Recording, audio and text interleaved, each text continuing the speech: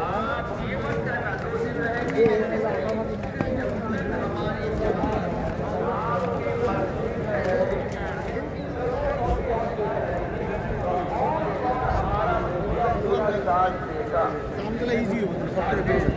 دکھا لیا پھر آدمی وقت ہوتا ہے کہ اثر سے اشارہ پہنچے گا کہ جس نے پورا نام دیا اس کا نام لکھے، آدھا دن دیا اس کا نام لکھے۔ اب اگر وہ نہیں آیا تو گھر پر چلے جائیں اس کے وصول کرنے کے لیے اور اس کو اپنے ساتھ وہ رہے گا تو پھر انشاءاللہ پورے گاؤں میں پورے محلے میں کام کرنا آسان ہوگا۔ کریں گے نا؟ تو یہ آپ نے ظہر کے بعد آپ نے تشکیل کر لی۔ اب آپ ظہر سے پہلے کھانے سے فارغ ہو جائیں گے تو ظہر کے بعد آپ اب مسجد والی آبادی کی محنت کریں گے، تعلیم کریں گے اور دو تین آدمی کی جوڑی بنا کر ملاقات کے لیے بھیج دیں گے اور تعلیم ہوتی رہے گی، لوگ آتے رہیں گے۔ اگر لوگ آئے تو تعلیم میں بیٹھانے، پھر تعلیم میں بیٹھانے کے بعد پھر اس کو تھوڑی دیر لے کر کے تھوڑا ایمان اعمال کی مذاکرہ کریں اور ظہر کے بعد کی تعلیم تھوڑی دیر ہوگی وہ فضائل اعمال اول اور دوئم سے ہوگی۔ اب رمضان شریف آ رہا ہے تو فضائل رمضان سے بھی تعلیم ہوگی۔ ظہر کے بعد یہ تعلیم اثر سیکھنے سکھانے کا ہے۔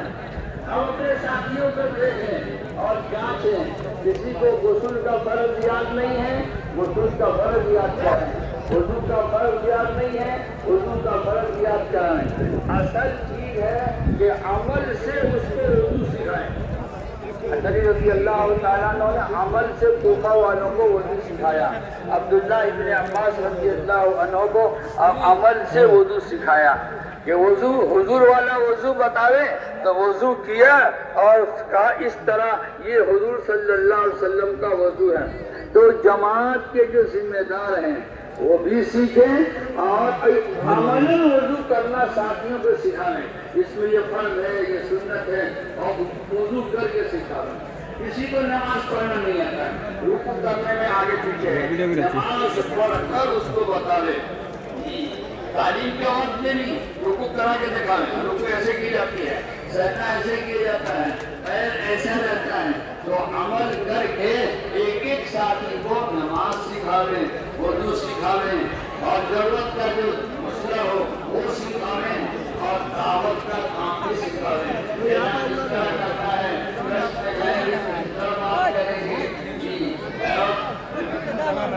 یہ ان کو اعلان کا سکھانا، بات کرنا سکھانا، تو عملاً سب کو سکھانے ہیں۔ ظہر کے بعد کی جو تعلیم ہے سیکھنے سکھانے کا گاؤں میں لوگ آئے ہیں وہ بھی اس میں رہے، اس کو بھی سکھا رہے ہیں۔